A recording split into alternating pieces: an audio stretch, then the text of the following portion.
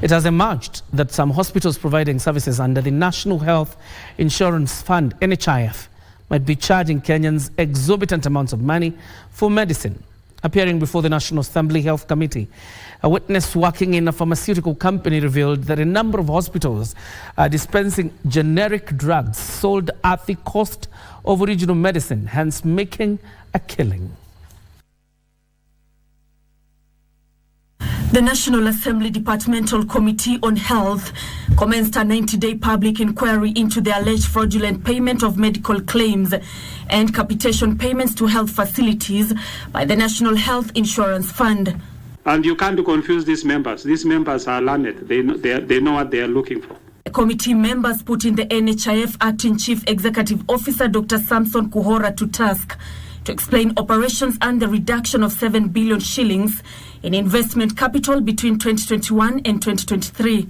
We must see the relationship between the liquidation and your collections, because we want to see why was it necessary for us to liquidate 7 billion between 2021 and 2023. There is a significant rise in the aging debt. Actually, most of it, out of the 13.1 billion that is owed, 11.2 was incurred last financial year. So that's one of the reasons why a good bit of that amount in short-term investments ended up being liquidated to pay for the claims. However, submissions by the chairman of the Kenya Pharmaceutical Distributors Association, Dr. Kamamia Moricho, on exorbitant charges for medication by some service providers raised more questions than answers. Hospitals, apart from now, dispensing a generic and then claiming for the originator molecule, is that they charge some of the molecules 500 to 1,000 times higher. For example, I've seen cases whereby a simple product such as secnidazole, which retails at 50 shillings at the chemist level, we are both at the same.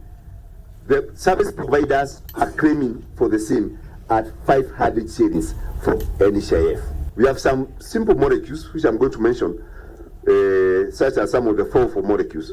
We are going to say that we sell those products at the wholesale price at about 200 shillings. But the service provider, to the NHIF, they are going to be claiming 16,000 to 20,000 shillings. Do we have somebody who actually goes through what NHIF is being charged for in terms of medication, to know that if we are charging for a drug, it is ceftriaxone and not the generic form of it? In relation to the 8 health facilities under investigation for involvement in fraud, 2 have been conclusively investigated and found culpable. The committee will continue with its hearings on Tuesday next week. Nancy Okware, Prime Edition.